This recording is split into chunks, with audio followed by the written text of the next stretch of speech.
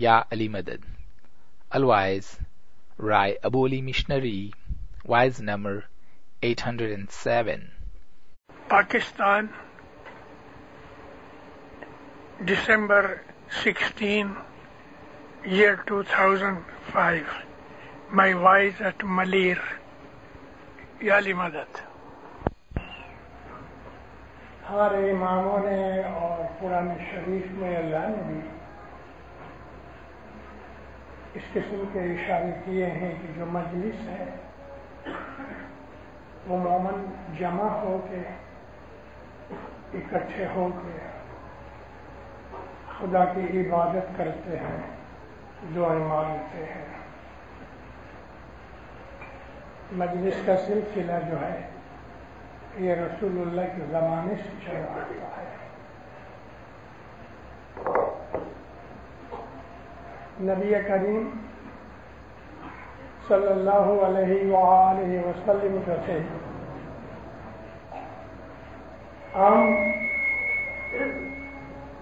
عام حالات کے اندر مسجد میں جا کے نماز پڑھایا کرتے تھے، کبھی کبھی حضور واعظ بھی کرتے تھے، لیکن اس کے علاوہ نبی کریم چند آدمیوں کو اکیلے ملا کرتے تھے اور ان سے معرفت کی باتیں کرتے تھے۔ حضرت مولانا امام سلطان محمد شاہداتار کے تخت نشین ہونے تک ہمارے ہندوستان کی جماعت میں بالکل کوئی مجلس کی بات نہ تھی۔ پہلی دفعہ 1894 کے اندر 1894 میں امام نے ایک مجلس بنائی اور وہ چند رات کی مجلس تھی، اور حضور نے فرمایا کہ یہ مجلس میں نے بنائی ہے اس لیے کہ تمہاری آخرت سدھرے اور اس میں واعظ کی جائے تاکہ تمہیں مذہب کا پتہ لگے۔ تو اس طرح یہ مجلسوں کا سلسلہ شروع ہوا، اور مجلسیں اس لیے بنائی گئی کہ اس کے اندر مشنری آ کے واعظ کرے اور لوگوں کو مذہب کا پتہ لگے۔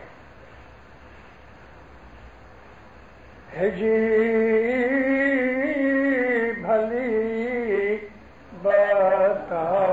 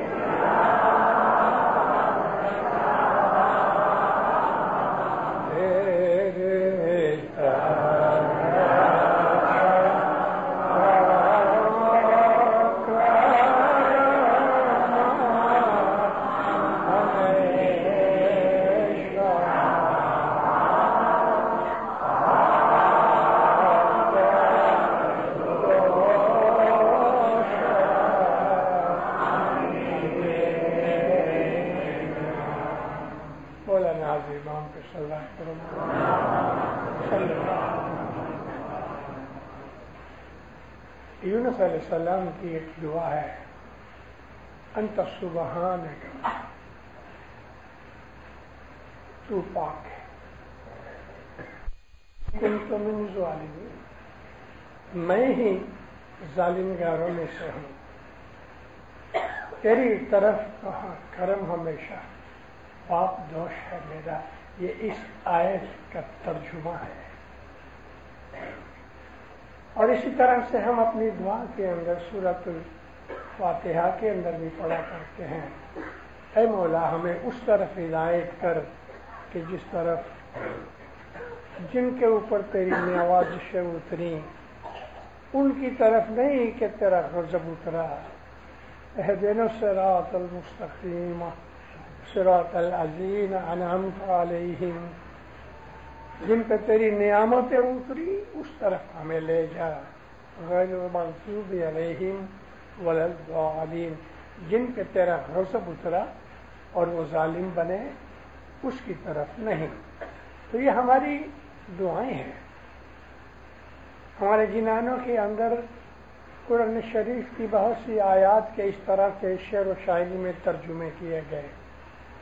بھلی بتاؤ، بری تجاؤ،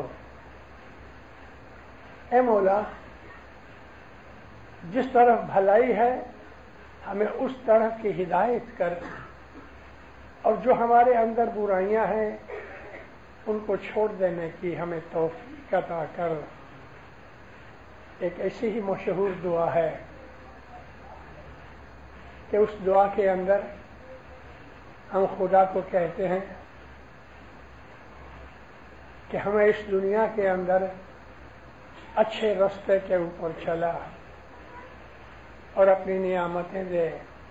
ربنا آتنا فی الدنیا حسنۃ وفی الآخرۃ حسنۃ وقنا عذاب النار برحمتک یا ارحم الراحمین۔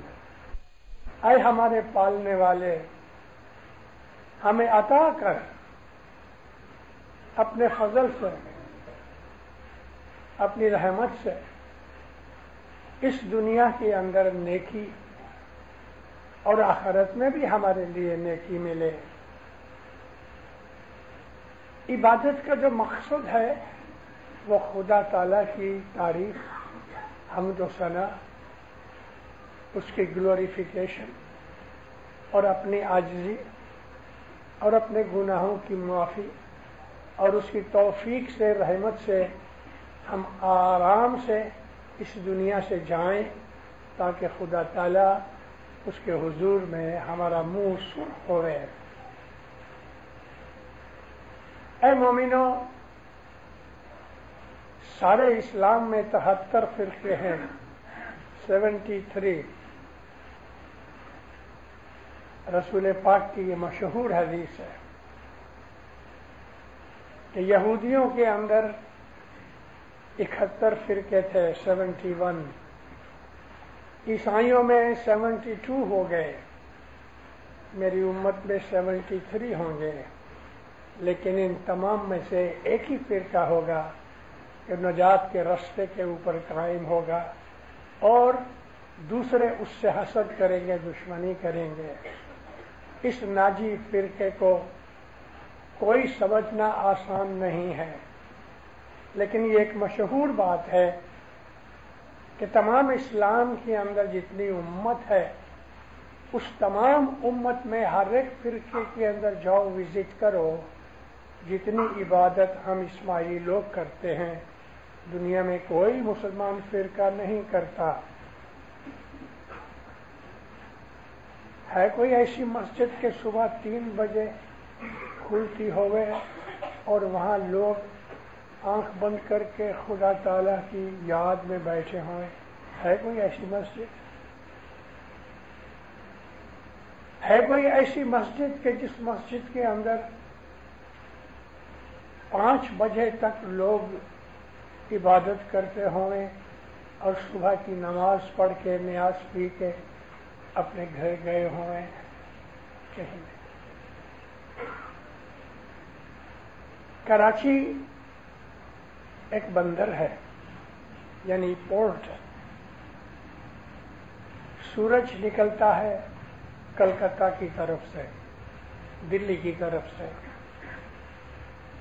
اور ادھر سے جب سورج نکلتا ہے اور کراچی میں سورج آوے تو صبح ہوتی ہے۔ پھر کراچی کے آگے چلو، سورج چلتا ہے، مشرق سے نکلتا ہے، مغرب میں جاتا ہے، آگے ایران آتا ہے۔ ایران میں 12 لاکھ اسماعیلی ہیں الحمدللہ، میجورٹی چھپے ہوئے ہیں کیونکہ اس ناشریوں کا زور زیادہ ہے اور اسماعیلی انڈر گراؤنڈ رہتے ہیں۔ ہماری یہ پرانی عادت ہے، جہاں ہم کو اچھی طرح سے سانس لینے کے موقع نہیں ملتے، ہم اپنے ایمان کو چھپا لیتے ہیں۔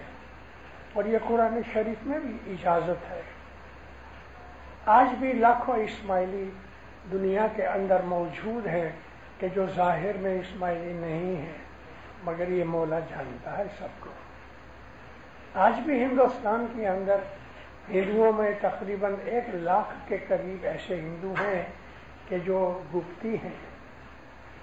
ایک جگہ احمد آباد کے پاس گپتی جماعت خانہ بھی ہے، اور اس گپتی جماعت خانے کے اندر کھوجوں کو یا ظاہر اسماعیلیوں کو جانے کی اجازت نہیں ہے، لیکن حضرت امام گئے ہیں ان کو دیدار دینے کے لیے. چونکہ وہ بہت بڑی تعداد میں ایک جگہ نہیں ہے، اس لیے ان کے دنیا کے اندر جماعت خانے تھوڑے ہیں، مگر یہ گپتی گھروں گھر اپنے مولا کی عبادت کرتے ہیں. تو میں یہ کہہ رہا تھا، کراچی سے ہم مغرب کی طرف جائیں تو ایران کے اندر جہاں اسماعیلی ہیں وہ صبح اور شام عبادت کرتے ہیں. اس طرح سے آگے بڑھتے جاؤ، جو مغرب کی طرف چلتے جاؤ گے نئے نئے مقام ملتے جائیں گے کہ جہاں اسماعیلی ہوتے ہیں. یعنی سارے ارض کے اندر ارد گرد گھوم لو، جہاں جہاں اسماعیلی رہتے ہیں وہ اپنے عبادت میں شامل رہتے ہیں، صبح شام جماعت خانے جاتے ہیں. تو اس طرح ہر گھنٹے میں کسی نہ کسی جگہ ایک اسماعیلی جماعت عبادت میں مشغول ہے. ہماری مجلسیں، ہماری صبح کی عبادتیں، ہماری شام کی دعائیں، یہ وہ چیزیں ہیں کہ کسی اور مذہب کے اندر لازم نہیں ہے. لازم تو چھوڑ دو، واجب بھی نہیں ہے، لوگوں کو معلوم بھی نہیں ہے. ہم لوگ بہت خوش نصیب ہیں کہ یہ مذہب ہمیں ملا ہے. میں آج ایک بات کہنا چاہتا ہوں، اگرچہ یہاں بہت بڑی جماعت نہیں ہے درخانے جیسی یا کریم آباد جیسی، لیکن میں دیکھ رہا ہوں آپ میں بہت سے ایسے لوگ ہیں جو باہر سے آئے ہیں. 1961 میں 61 میں میرے سیٹھ نے، میں نے کہا سیٹھ کس کو کہتے ہیں؟ جو نوکر کا مالک. مجھے حکم کیا ساؤتھ افریقہ جاؤ. آمین. اس وقت ساؤتھ افریقہ میں تقریباً 350 اسماعیلی کی جماعت تھی، اور موسٹلی پریٹوریا میں تھے جو کیپٹل ہے. میرے پاس اس زمانے کے اندر ٹنگانیکا کا پاسپورٹ تھا، اور ٹنگانیکا کی ساؤتھ افریقہ کی گورنمنٹ کے ساتھ دشمنی تھی. تو میں دشمن ملک کا ادھر جاؤں اجازت نہیں ہے، ویزا ملنے کی کوئی بھی توفیق نہیں تھی. لیکن مولا نے جب حکم کیا کہ ادھر جاؤ تو میں چلا گیا، اور سالسبری جا کے میں ٹھہر گیا. ویزا کے لیے اپلیکیشن کی تھی، 8 دن ہو گئے ویزا نہیں آئی. اور مجھے کوئی ذرا سا بھی شک نہ آیا کہ ویزا نہیں ملے گی، لیکن لوگ کہتے تھے کہ ٹنگانیکا کو ویزا نہیں دیں گے. میں نے وہاں سے مولا کے دفتر میں ٹیلی گرام کیا. دوسرے ہی دن مجھے جواب نہیں آیا، لیکن امیگریشن آفیسر میرے ہوٹل میں آیا، مجھے سلام کیا اور مجھے کہا کہ آپ کا ویزا تیار ہے. میں جب ایئرپورٹ پہ گیا، ویزا پہ اسٹیمپ ماری تو میں دیکھ کے بہت خوش ہوا. VIP ویزا دی گئی مجھے، آرڈینری نہیں. تو VIP ویزا یہ تھی کہ امیگریشن آفیسر مجھے پریٹوریا ایئر کے اوپر، میں پلین سے اتروں اس کے پہلے وہ اوپر آ کے میرا بریف کیس اٹھایا اور آگے آگے چلا. میں افریقہ کے ایسٹ میں سے ساؤتھ میں پہنچ گیا. وہاں کے حالات دیکھیں. پریٹوریا میں 15,000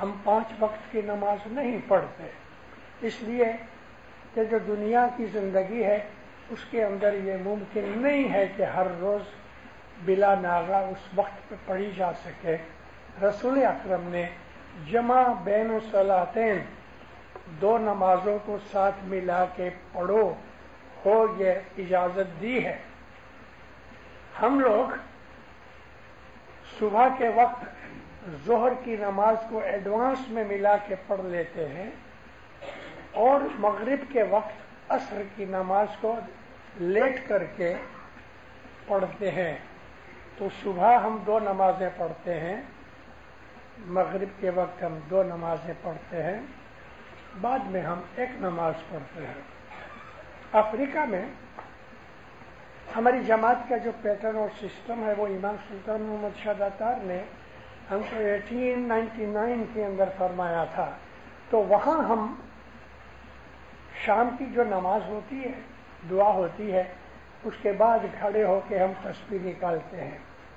یہاں دوسری دعا کے بعد ہوتا ہے، ٹھیک ہے، ادھر جو ہوتا ہے وہ برابر ہے، مگر میں افریقہ کی بات کر رہا تھا۔ اور صبح جب ہماری دعا ہو جاتی ہے تو پھر ہم ایک مشکل آسان کی تسبیح نکالتے ہیں۔ تو مشکل آسان کی جو تسبیح ہے یہ بذات خود ایک عبادت کی چیز ہونے کی وجہ سے نماز ہے۔ نماز یعنی دعا مانگنا، عربی زبان کا جو لفظ صلات ہے اس کا مطلب دعا مانگنا، اور ہم نے جدائی رکھنے کے لیے اپنی نماز کو ہم نے دعا کہا ہے۔ تو اس کو جب میں یہ سمجھا رہا تھا میں نے کہا تم لوگ 5 نمازوں میں 17 رکعتیں پڑھتے ہو، ہم لوگ 3 وقت میں 18 رکعتیں پڑھتے ہیں، ہم اسماعیلی 1 رکعت زیادہ پڑھتے ہیں۔ چپ ہو گیا۔ ایک تیسرا لڑکا کھڑا ہوا، کہنے لگا کہ آپ یہ نماز کیوں نہیں پڑھتے کہ جو عام مسلمان پڑھتے ہیں؟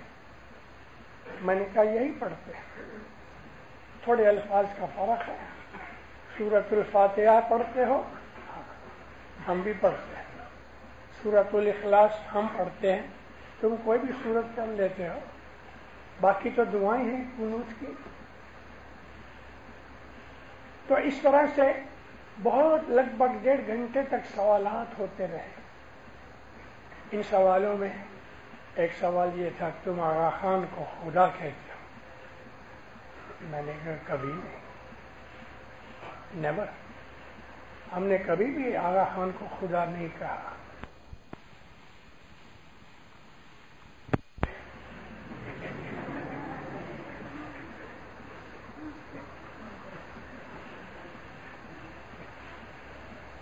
مولوی سب ایک دوسرے کا منہ دیکھنے لگے، کسی نے ایک لفظ نہیں بولا، کیونکہ ایک راز کی بات ہے۔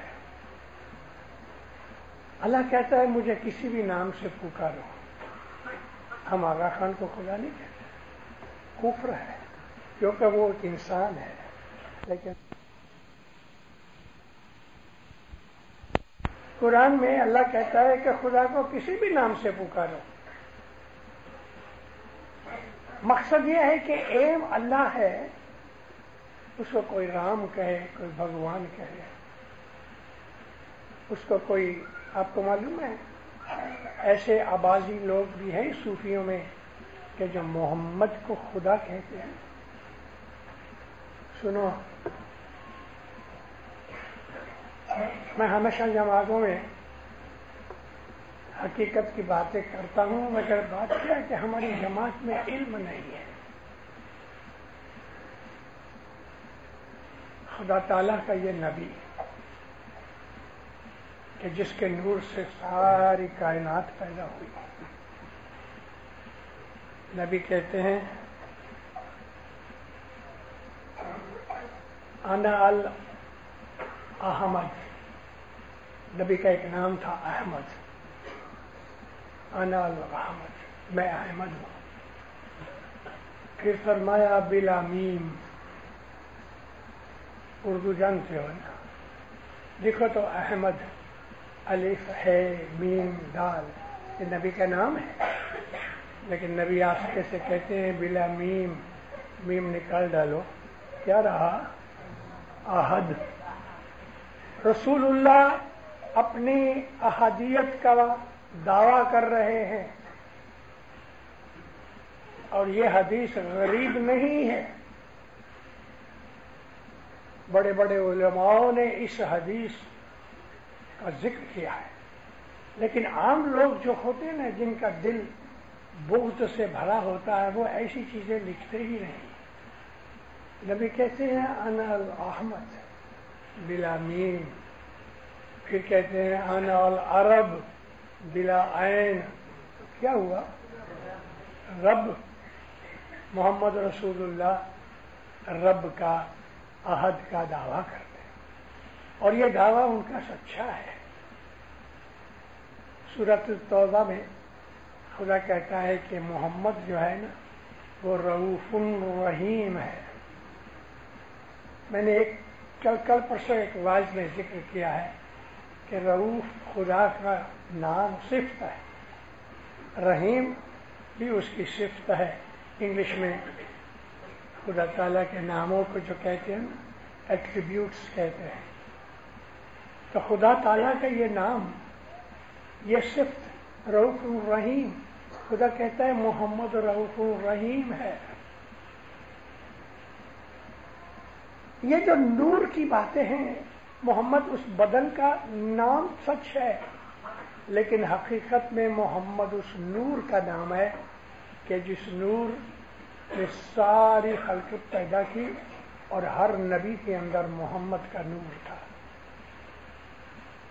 میں یہ حقیقت آپ کو کہہ رہا ہوں، ان کو بھی میں نے کہی، مجال ہے کہ کوئی کہہ سکے کہ یہ غلط ہے۔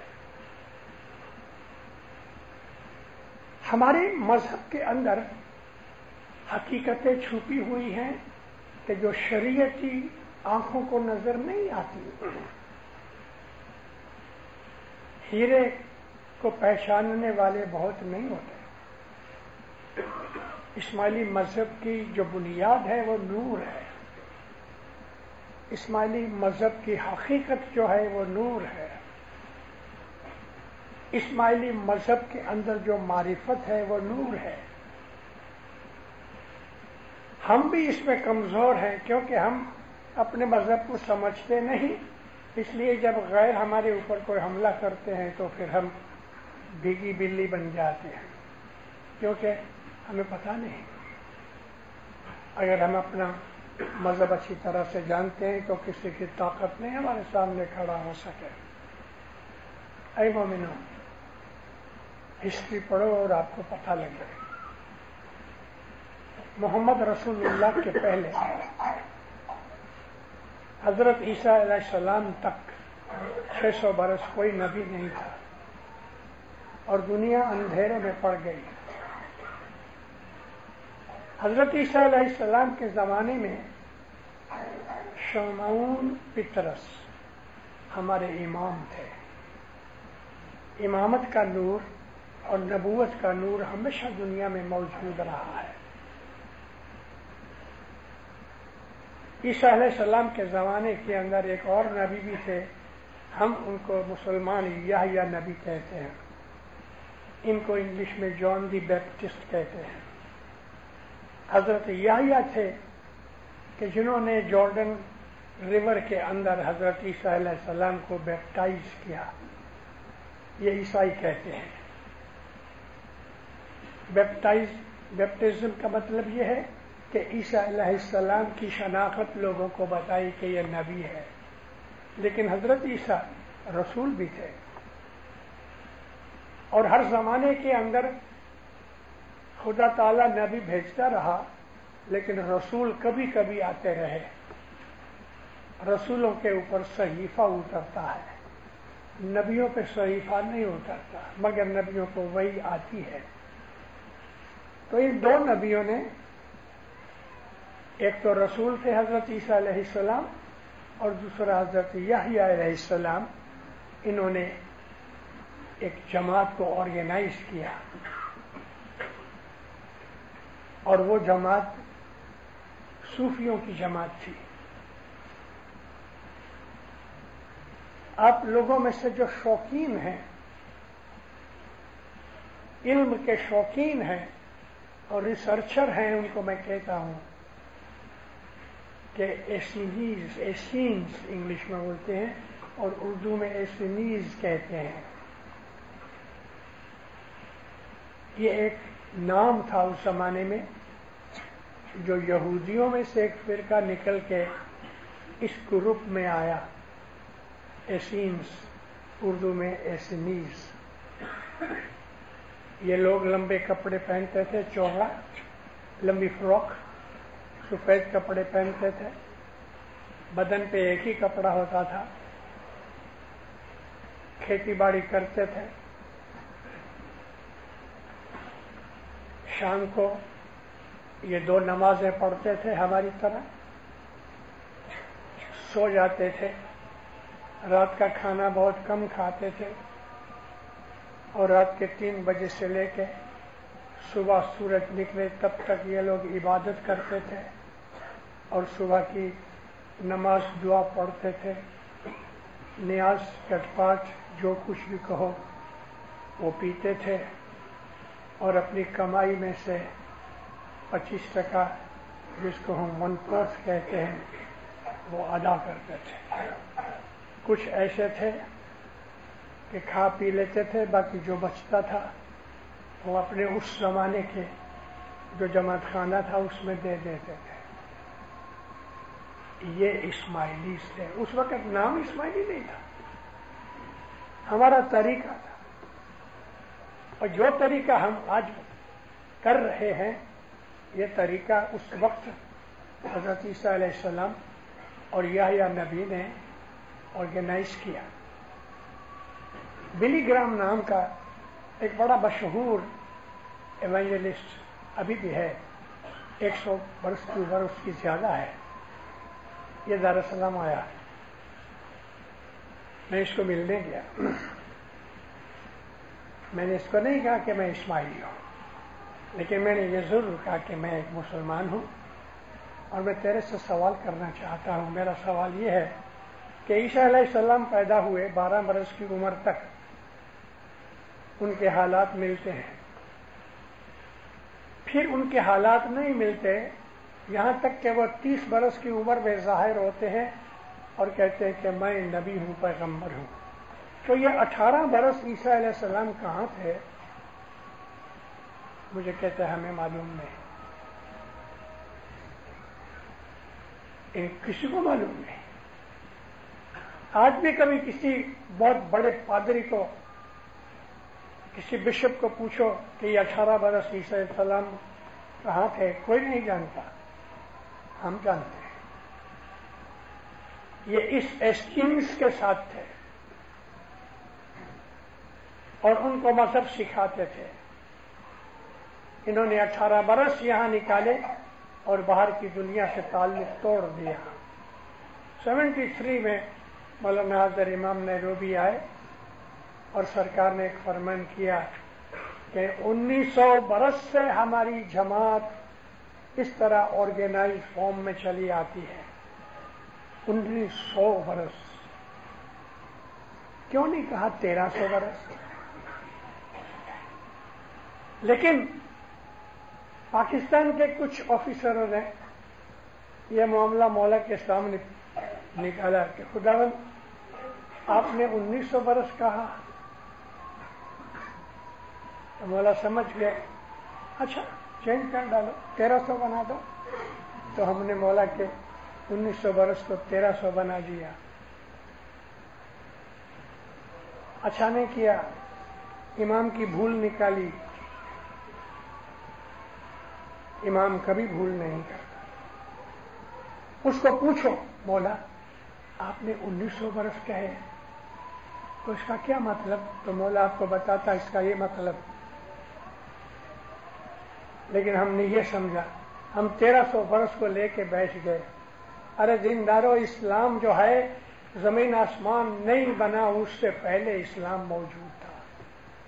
اسلام کا مطلب ہے خدا تعالیٰ کے حکم کے سامنے سر جھکانا، submission to the will of God. فرشتوں کا مذہب اسلام ہے، جنوں کا مذہب اسلام ہے، زمین آسمان میں جو کچھ بھی خدا نے پیدا کیا ان کا مذہب اسلام ہے۔ یہ چاند مسلمان ہے، سورج مسلمان ہے، پہاڑ مسلمان ہے، ہوا مسلمان ہے، پانی مسلمان ہے۔ پڑھو قرآن شریف، خدا کہتا ہے میں نے زمین آسمان بنا کے اس کی مینیجرشپ آفر کی، پہاڑوں کو، سورج کو، ہوا کو، چاند کو، کسی نے قبول نہیں کیا، لیکن انسان نے اس کو گریب کر لیا۔ انسان، اللہ کہتا ہے انسان میری کریشن میں سب سے زیادہ جھگڑے والا ہے۔ انسان کو خدا نے جھگڑالو کہا ہے، اور انسان ہمیشہ اپنی مرضی چلا کے بہت دفعہ خدا کا سامنا بھی کرتا ہے۔ جہاں اپنی مرضی چلی خدا کی مرضی ہٹ جاتی ہے۔ ہمیں خدا کی مرضی پہ چلنا چاہیے، یہ ہمارا مذہب ہے۔ اسی لیے ہمارے پیروں نے، ہمارے نبیوں نے، ہمارے مولا نے ہمیں یہ کہا ہے، ہمیشہ دعا مانگو، یا مولا حق پہ چلانا، بدیوں برائیوں سے بچانا۔ اور یہی بات پیر حسن کبیر دین کہتے ہیں کہ بھلی بتاؤ بری کا جاؤ، اے مولا ہمیں بدیوں برائیوں سے بچانا۔ نبی کریم کہتے ہیں کہ الانسان مرکب الخطاء والنسیان، انسان جو ہے وہ مرکب ہے خطا اور نسیان کا۔ خطا کہتے ہیں بھول کرنا، اور نسیان کہتے ہیں بھول جانا۔ نبی پاک فرماتے ہیں کہ انسان کے اندر یہ دو چیزیں مرکب ہے، وہ بھول بھی کرتا ہے پھر بھول بھی جاتا ہے۔ اس وجہ سے ہر انسان کے اوپر خدا تعالیٰ نے یہ چیز رکھی کہ وہ نبی کا حکم مانے، اللہ کا حکم، نبیوں کی معرفت جو ہے اس کو مانو۔ رسول اکرم اس حکم کو یاد کر کے کہ انسان کے اندر خطا اور نسیان ہے، اور انسان کی ہدایت کے لیے نبی بھیجے۔ عالموں کو پوچھو کہ خدا تعالیٰ کے اس نبی کی رحلت کے بعد کیا خدا نے انسانیت کو چھوڑ دیا؟ نبی تو دوسرا نہیں آئے گا کیونکہ نبوت ختم ہو گئی تھی۔ تو کیا خدا نے انسانیت کو چھوڑ دیا؟ 1300 برس سے کوئی نبی نہیں، اور 1300 برس سے کتاب پڑھتے ہیں لیکن اس کا مطلب نہیں سمجھتے۔ رسول پاک فرماتے ہیں میں دو چیزیں چھوڑے جاتا ہوں، کتاب اللہ اور اطرتی، میں اپنی اہل بیت چھوڑ جاتا ہوں اور کتاب اللہ چھوڑ جاتا ہوں۔ اور پھر فرمایا کہ رسی کی طرح یہ بٹے ہوئے ہیں اور کبھی ایک دوسرے سے جدا نہیں ہوں گے، یہاں تک کہ حوض کوثر تک مجھ پہنچے۔ تو یہ سلسلہ اشارہ کیا رسول نے، یہ امامت کا سلسلہ ہے۔ ہماری جماعت میں سے ایسے بہت سے لوگ بے علمی کی وجہ سے، جہالت کی وجہ سے، میں جہالت کا لفظ جان بوجھ کے بول رہا ہوں، اس لیے جہالت اس کو کہتے ہیں کہ جو آدمی انگلش میں بولتے ہیں اگنورنٹ ہے، اپنے مذہب میں سے نکل گئے۔ مجھے ایسے بہت سے قصے ادھر ملے ہیں گئے 10 دن کے اندر، بہت سے لوگ ہمارے مذہب میں سے نکل کے کسی دوسرے مذہب میں چلے گئے ہیں، اور وہاں ہمیں اس کی کوئی پرواہ بھی نہیں ہے، ان کی قسمت، ان کے اعمال۔ لیکن الزام یہ لگانا کہ ہم اسماعیلیوں میں سے نکل گئے اس لیے کہ اسماعیلی لوگ آدمی کو خدا کہتے ہیں، غلط ہے۔ پہلی چیز تو یہ ہے کہ خدا کا کوئی بدن ہے ہی نہیں، خدا جیسا کوئی ہے ہی نہیں، کوئی خدا جیسا بن ہی نہیں سکتا جب تک کہ خدا اس کو اپنے نور میں نہ لے لے، اور وہ بھی موت کے بعد نہ، اس کے پہلے نہیں۔ حضرت امام کا جو بدن ہے وہ ہماری طرح کا بدن ہے، فرق ضرور ہے کہ اس میں نور ہونے کی وجہ سے تمام کائنات میں سب سے اونچا اور پاک ہے، لیکن آخر بدن ہے ہمارے 48 امام 48 امام دفن ہو چکے، مرتضی علی سے لے کے مولانا سلطان محمد شاہ داتار تک ہمارے 48 امام دنیا میں جدی جدی جگہوں کے اوپر دفن ہے۔ خدا مرتا نہیں، اور اگر ہم نے کبھی ایسا کہا ہے کہ آغا خانی یعنی کہ ہمارا امام خدا ہے تو غلط بات یہ ہے، کیونکہ اس کا یہ بدن ایک دن زمین میں دفن ہو جائے گا۔ ہمارے مذہب کے اندر بات نور کی ہے، جسم کی نہیں، لیکن ہم جسم کو عزت بہت دیتے ہیں کیونکہ وہ پاک ہے، اس کے اندر نور ہے خدا کا۔ جس طرح سے آدمی کو دودھ پینا ہے تو دودھ کا جو گلاس ہے اس کی حقیقت ٹوائلٹ کے اندر جو لوٹا پڑا ہوا ہے دونوں یکساں نہیں۔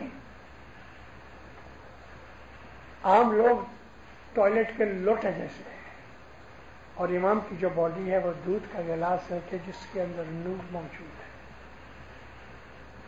ہم اس باڈی کی بہت عزت کرتے ہیں، کاغذ پہ لکھے ہوئے قرآن کو چومتے ہیں، آنکھوں سے لگاتے ہیں، سر پہ اٹھاتے ہیں۔ کاغذ کے بنے ہوئے اس مصحف کو ہم آنکھوں سے لگاتے ہیں، چومتے ہیں، لیکن جس کے اندر نور موجود ہے اس بدن کی عزت و آبرو ہم سمجھتے ہی نہیں۔ وہ ساری کائنات میں سب سے اعلیٰ اور عرفہ ہے جو امام کا بدن ہے، کیونکہ اس میں نور ہے نا۔ قرآن شریف کا جو کاغذ ہے بہت پرانا ہو جاوے، پھٹ جاوے کہ جل جاتا ہے نا، آگ میں ڈالو جل جائے گا۔ تو اگر قرآن کو ہم نے آگ لگائی اور وہ جل گیا تو قرآن مٹتا نہیں، قرآن تو موجود ہے۔ امام کا یہ بدن بیمار ہوتا ہے، بخار آتا ہے، سر دکھتا ہے، چھوٹا ہوتا ہے، بڑا ہوتا ہے، بوڑھا ہوتا ہے، ایک دن یہ بدن ایسا ہوتا ہے کہ اس میں سے نور نکل جاتا ہے، ہم اس کو مٹی میں دفن کر دیتے ہیں۔ اصل چیز نکل گئی، ہم اس اصل چیز کو مانتے ہیں کہ جس کو ہم نور کہتے ہیں۔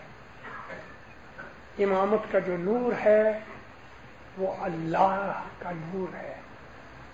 اگر ہم یہ کہتے ہیں کہ خدا تعالیٰ زمین اور آسمانوں کا نور ہے، اللہ نور السماوات والارض، تو امام کے بدن میں جس طرح محمد کے اندر نور تھا، علی میں نور تھا، وہی نور آج مولانا شاہ قریب صلی اللہ علیہ حاضر امام کے اندر۔ نور کی حقیقت سمجھنی آسان نہیں، پہلے نور کا تجزیہ کرنا چاہیے کہ نور ہے کیا۔ اللہ نور ہے تو کیا مطلب؟ انگلش میں کہتے ہیں لائٹ، لیکن عربی زبان کے نور کا مطلب یہ انگلش کی لائٹ نہیں کہ جس کو ہم روشنی کہتے ہیں۔ جس کو ہم اللہ کا نور کہتے ہیں اس کے اندر وہ تمام صفتیں ہیں، رب ہے، خالق ہے، رحیم ہے، ودود ہے، رؤوف ہے، وہ تمام صفتیں اس نور میں موجود ہیں۔ یہ طاقتیں ہیں، یہ انرجی ہے، کہ اس کو انرجی کو، طاقتوں کو صرف کرنے کے لیے ایک باڈی کی ضرورت ہوتی ہے۔ جس طرح محمد کے اندر جو نور ہے وہ خدا کا نور ہے، حضرت امام کے اندر خدا کا نور ہے۔ ہم جب عبادت کرتے ہیں تو اس نور کی عبادت کرتے ہیں جس کا نام اللہ ہے، مگر ذریعہ حضرت امام کی باڈی، یہ ذریعہ ہے۔ تسبیح ہاتھ میں پھراتے ہیں، یا علی یا علی یا علی کرتے ہیں، کبھی تسبیح نہ ہو تو یا علی یا علی تو کر سکتے ہیں۔ تسبیح تو ایک گننے کے لیے۔ امام کا یہ بدن بیمار ہوتا ہے، بخار آتا ہے، سر دکھتا ہے، چھوٹا ہوتا ہے، بڑا ہوتا ہے، بوڑھا ہوتا ہے، ایک دن یہ بدن ایسا ہوتا ہے کہ اس میں سے نور نکل جاتا ہے، ہم اس کو مٹی میں دفن کر دیتے ہیں۔ اصل چیز نکل گئی، ہم اس اصل چیز کو مانتے ہیں کہ جس کو ہم نور کہتے ہیں۔ امامت کا جو نور ہے وہ اللہ کا نور ہے. اگر ہم یہ کہتے ہیں کہ خدا تعالیٰ زمین اور آسمانوں کا نور ہے، اللہ نور السماوات والارض، تو امام کے بدن میں جس طرح محمد کے اندر نور تھا، علی میں نور تھا، وہی نور آج مولانا شاہ قریب صلی اللہ علیہ حاضر امام کے اندر. نور کی حقیقت سمجھنی آسان نہیں.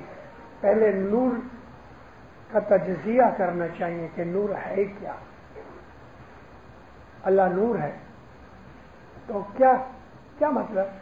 انگلش میں کہتے ہیں لائٹ، لیکن عربی زبان کے نور کا مطلب یہ انگلش کی لائٹ نہیں کہ جس کو ہم روشنی کہتے ہیں.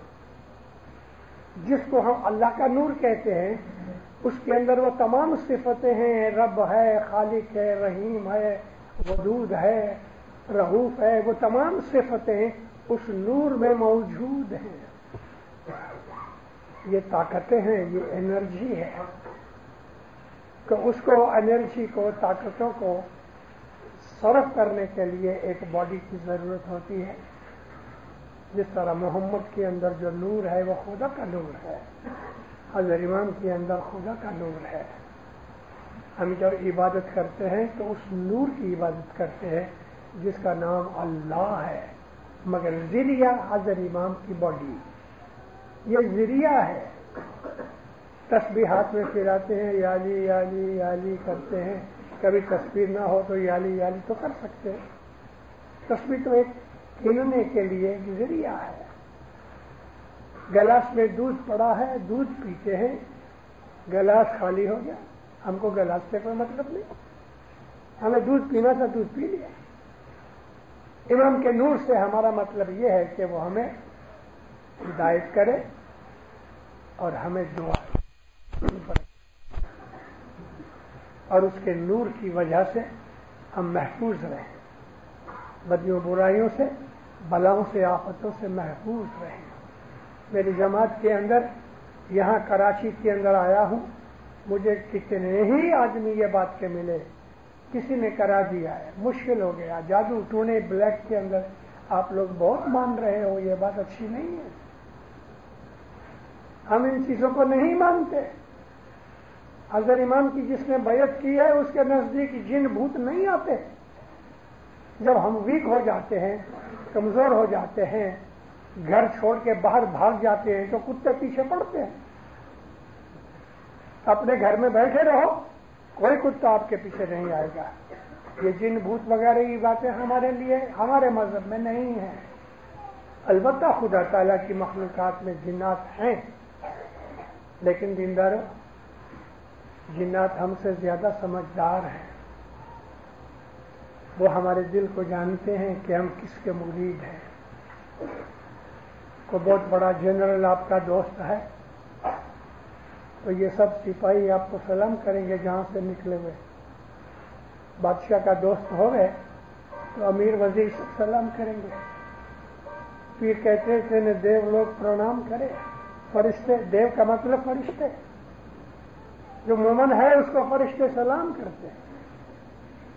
اور اعلیٰ درجے کے مومن جو ہماری جماعت میں، اور الحمدللہ ہماری جماعت میں ہیں ایسے لوگ کہ جن کو فرشتے سلام کرتے ہیں، فرشتے ان کے پاس آتے ہیں.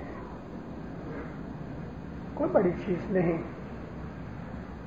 لیکن ہم اپنے مذہب کو اچھی طرح سے پکڑ رکھیں، حضرت امام کی محبت میں رہیں، حضرت امام کی شناخت میں، معرفت میں رہیں، حضرت امام کے فرمان میں رہیں، حضرت امام کی چھتر چھایا میں رہیں، اور ہر روز صبح شام اپنے مذہب کے طریقے سے جو عبادات ہیں ان کو ادا کرتے رہیں. دین و دنیا کے اندر آپ کی طرف کوئی انگلی نہیں اٹھائے گا. اور یہ بھی لکھ لو، میں ساری دنیا گھومتا ہوں، الحمدللہ ہزاروں ہزاروں ہزاروں اسماعیلیوں کو جانتا ہوں. ایسے جو لوگ کمزور ہو جاتے ہیں ان کو بلائیں پکڑتی ہیں.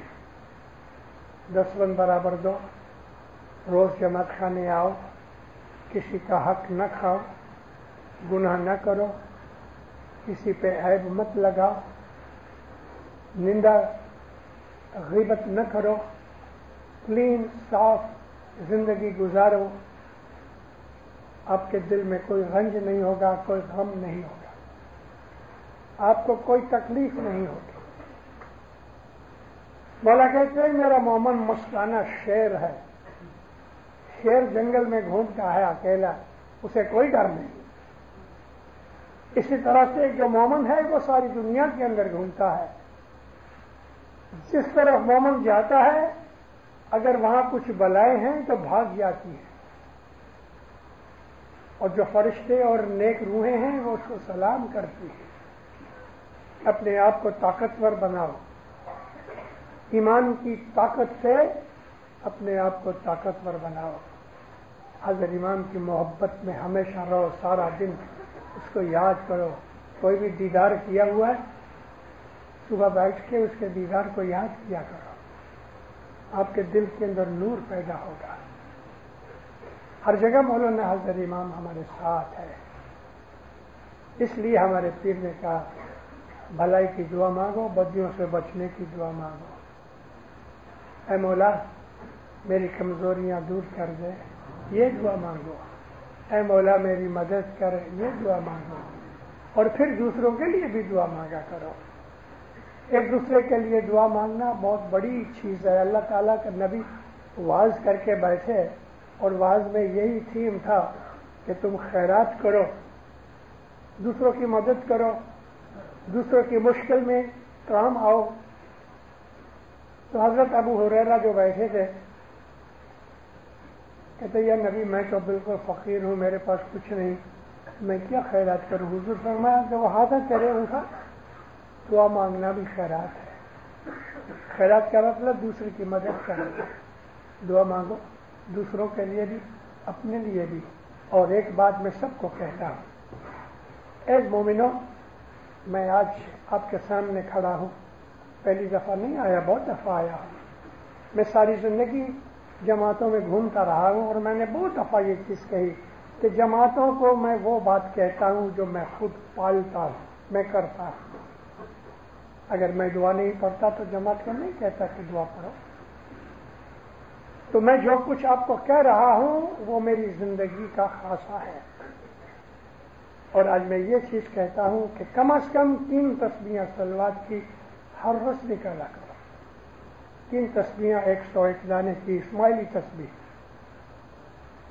اللہم صلی اللہ محمد و آل محمد, 3 تسبیحاں روز نکالو, صبح, دوپہر اور رات کو سونے سے پہلے.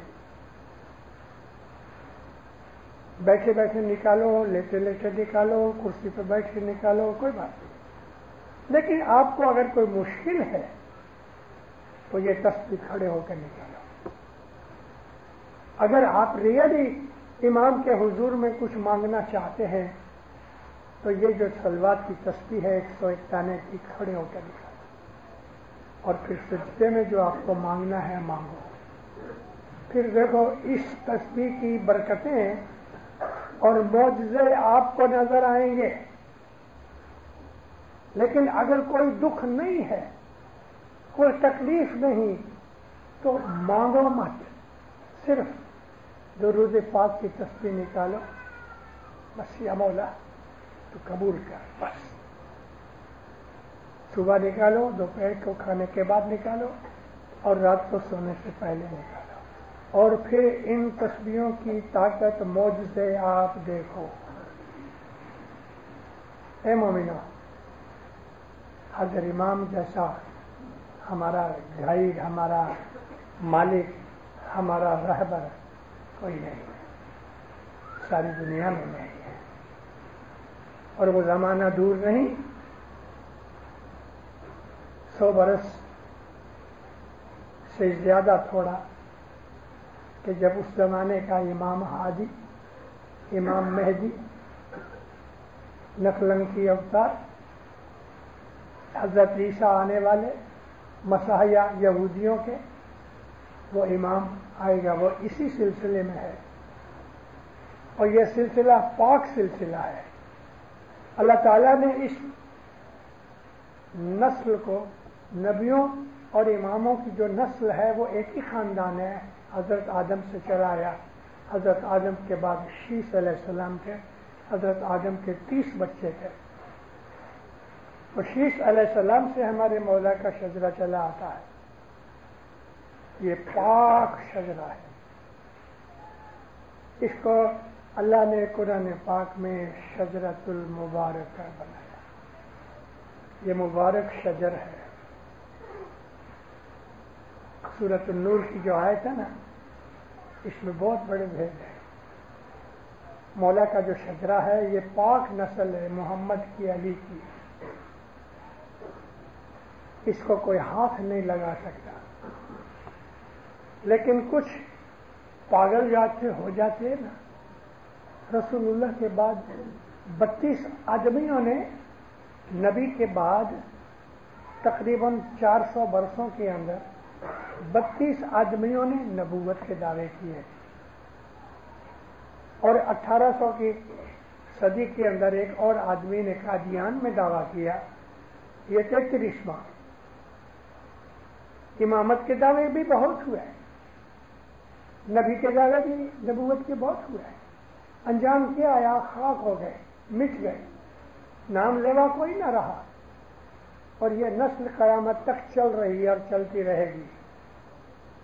امام وہ ہوتا ہے جس کو امام اپنی امامت دیتا ہے. مولانا سلطان محمد شاہ داتار نے اپنی دل میں لکھا کہ میں اپنے بیٹے علی, اس کے بیٹے کریم کو اپنی امامت اور پیری جامہ دیتا ہوں. مگر آپ کے اندر اس شہر میں کوئی ایسا بھی نکلا کہ اس نے اپنا نام لگا دیا. پرنس علی خان امام نہیں ہے, مگر کسی نے کہہ دیا کہ پرنس علی خان امام تھے اور میں ان کا نائب یا امام ہوں. اے مومنو, کسی کے فریب میں نہیں آنا. کسی کے فریب میں نہیں آنا. مولانا سلطان محمد شاہ داتار کے بعد شاہ کریم صلوات اللہ علیہ کے سوا کوئی امامت میں داخل نہیں. یہ کفر اور نفاق ہے.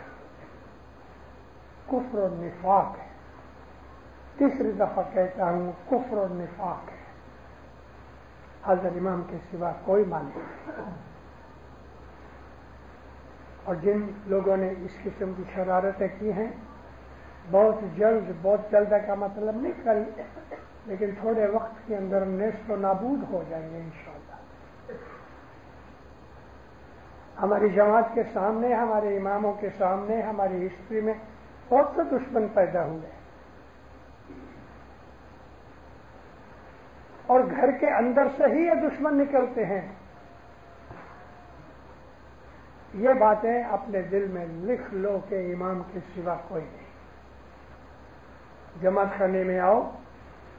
جو لوگ جماعت خانے کے باہر بیٹھ کے, یعنی باہر سے مطلب یہ نہیں, اپنے گھروں میں بیٹھ کے جو دعائیں پڑھتے ہیں, تسبیحاں نکالتے ہیں اور جماعت خانے نہیں آتے, تو ٹھہرو, ان کے لیے میں آپ کو امام کا فرمان سناؤں. مولا کہتے ہیں جب تم جماعت خانے نہیں آتے تو تم مجھ کو رنج پہنچاتے ہو, دکھ دیتے ہو. اور پھر فرمایا کہ مجھے یہ اتنا دکھ لگتا ہے, کوئی دوسری چیز مجھے اتنا دکھ نہیں دیتی جتنا یہ چیز کہ تم جماعت خانے نہیں آتے.